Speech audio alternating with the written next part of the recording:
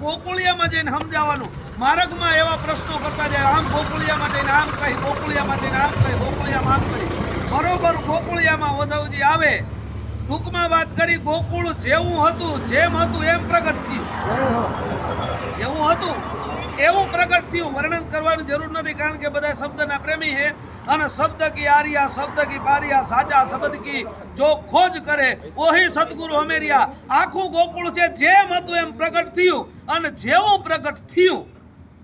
ઉદ્ધવજીની હળધી બુઢી ઢોળાઈ ગઈ ઓગળી ગઈ અને 8 જણાએ દાદા એવી હળી મૂકી ઉદ્ધવજીને પકડી લીધા કોઈ હાથ પકડ્યા કોઈ પગ પકડ્યા કોઈ માથું પકડ્યું કોઈ પગ પકડ્યા માથા સુધી એમ હજળબમ અને ઉદ્ધવજીને એક જણાએ આવીને પ્રાર્થના કરી કે આખું ગોકુળ તમારી સામે જોવે છે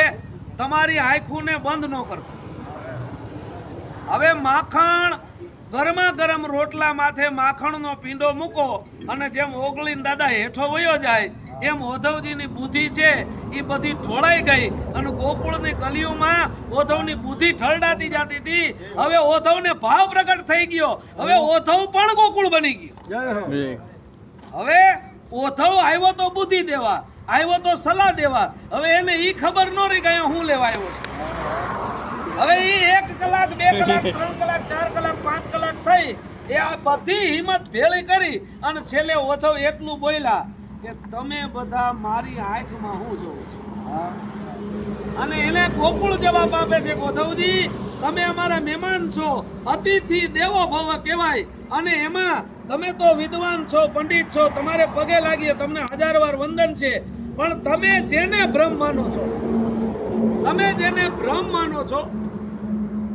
ઈ તમારા માટે જે બ્રહ્મ છે આખી દુનિયા માટે બ્રહ્મ છે અમારા માટે બ્રહ્મ છે પણ અમે તમારી આંખમાં અમારા કાનુડાને ગોતી છીએ અમને એના દર્શન થાય છે આ ગોકુળિયાનો પ્રેમ છે કે જેની માયા જાળમાં આખી દુનિયા વિટાણી હે ઉદ્ધવજી તમે એમ ન માનતા કે આ ગોકુળિયાને કઈ ખબર નથી પડતી